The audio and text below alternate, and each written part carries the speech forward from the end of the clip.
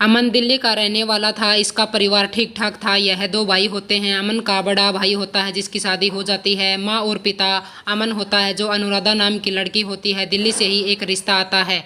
अनुराधा का विवाह अमन के साथ 2013 में हो जाता है। जब इन दोनों की शादी हो जाती है तो यह बड़े हंसी खुशी से अपना परिवार चला रहे थे। जिस दिन से अनुराधा को विवाह करे अमन घर लाया, मानो घर में दूध के अंदर खटाई शुरू हो गई। अच्छा खासा परिवार था। अनुराधा जो होती है, अमन की माँ की उम्र लगभग 55-60 साल की होती है।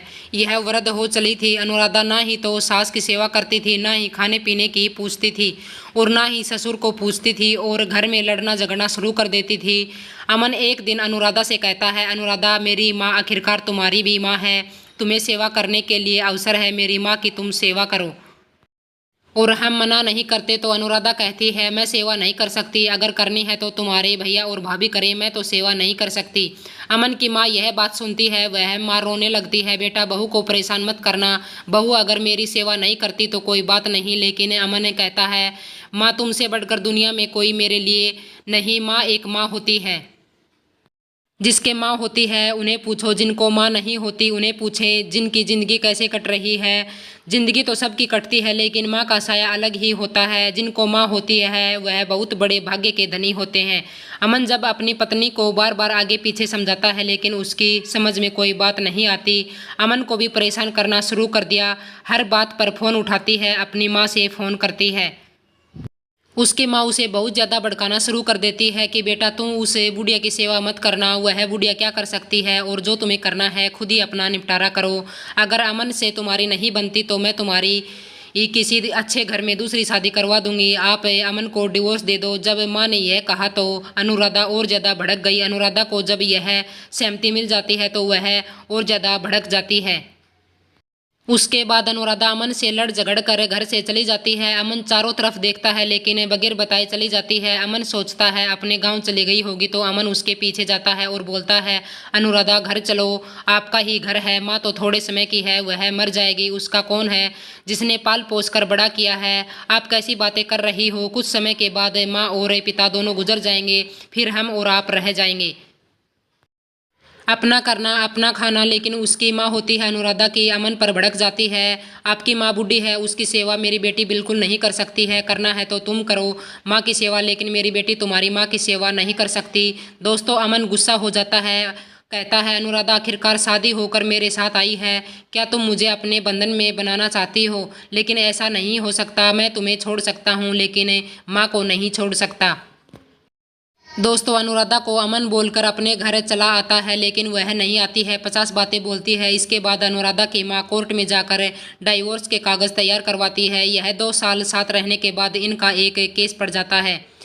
दोनों तारीख पर आते जाते रहते हैं और इन दोनों का 9 साल तक कोर्ट में केस चलता रहता है। उसके बाद इनका फैसला मिलता है। जजमेंट में अनुराधा होती है, वकील साथ में होते हैं, माता पिता होते हैं और भी लोग होते हैं, और इधर अमन होता है और अमन का वकील होता है और भाई साहब होते हैं। यह सभी लोग जब कोर्ट में पेश होते हैं तो सबसे पहले अनुराधा से पूछते हैं, अनुराधा क्या अपने पति के साथ रहना चाहती हो? तो अनुराधा कहती है, जज साहब मैं रहना चाहती हूँ लेकिन अलग मकान होना चाहिए, लेकिन मैं इनकी माँ के साथ नहीं रहना चाहती, इनकी माँ के साथ मैं 1 मिनट भी नहीं रहना चाहती, मैं अलग रहना चाहती हूँ। उसके बाद अमन को पूछा जाता है, अमन क्या आप चाहते हो, क्या अपनी माँ को छोड़कर पत्नी के साथ रहना चाहते हो? अमन कहता है, जज साहब मैं अपनी पत्नी को छोड़ दूंगा लेकिन अपनी माँ को नहीं छोड़ सकता।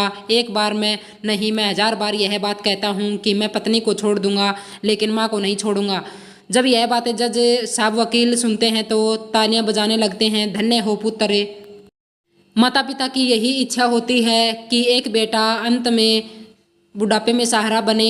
तुम जो कह रहे हो इस पर मैं भी टिप्पणी नहीं करना चाहता हूँ, जो कह रहे हो वह आप ठीक कह रहे हो। अनुराधा से पूछा जाता है कि आप क्यों नहीं रहना चाहती हो, आपका कारण क्या है? बोली, इनकी माँ बूढ़ी है, उनकी सेवा कौन करेगा, मैं नहीं करना चाहती। हाँ मैं रहूँगी लेकिन मैं अलग रहूँगी, यह मेरे साथ रहें लेकिन मैं इनके साथ नहीं रहना चाहती, इनकी माँ की सेवा मुझे पसंद नहीं है, मैं नहीं करना चाहती। सब कहते हैं, क्या तुम्हारा दिमाग सही तो है, क्या पागलपन है, तो सेवा कौन करेगा? कल तुम्हारे भाई का जब विवाह होगा, जज साहब बोले, तब तुम्हारी माँ के साथ ऐसा होगा तब क्या होगा? तुम्हारी माँ को तुम्हारी भाभी ऐसे ही कहेगी कि मैं सेवा नहीं करूँगी, तब तुम क्या करोगी? लेकिन उसकी समझ में कोई बात नहीं आती है। दोस्तों अनुराधा को एक बार जब फिर से समझाने की कोशिश करते हैं, अगर तुम्हारा दिमाग ठंडा हो गया हो तो समझ लो, क्योंकि आखिर घर अपना अपना ही होता है, तुम जो करोगी बर्बाद हो जाओगी। लेकिन उसकी समझ में नहीं आता। लेकिन अमन से पूछा जाता है आपका लास्ट फैसला, तो अमन कहता है मैं माँ को नहीं छोड़ सकता, पत्नी को छोड़ दूंगा। जजमेंट तुरंत होता है, जो फैसला होता है अमन जो भी होता है पैसा दे देता है। उसके बाद अनुराधा जो होती है अपने घरे पैसा लेकर चली जाती है। अनुराधा की माँ और भाई ने सब पैसे को बर्बाद कर दिया। कुछ दिनों के बाद अनुराधा की माँ की मौत हो जाती है। फिर भाई और भाभी ने अनुराधा को परेशान करना शुरू कर दिया। तुझे कितना अच्छा लड़का मिला था, तू ऐसी है वैसी है। तो अनुराधा परेशान होकर नहर में कूद कर अपनी जान गंवा देती है। दोस्तों अमन ने क्या सही किया, अपनी पत्नी को छोड़ दिया और अपनी माँ को नहीं छोड़ा। आपकी इस कहानी में क्या राय है, मुझे कमेंट करके ज़रूर बताइए। अमन ने सही किया या फिर गलत किया। वीडियो को लाइक कर दीजिए, चैनल पर नए हैं तो सब्सक्राइब कर लीजिए।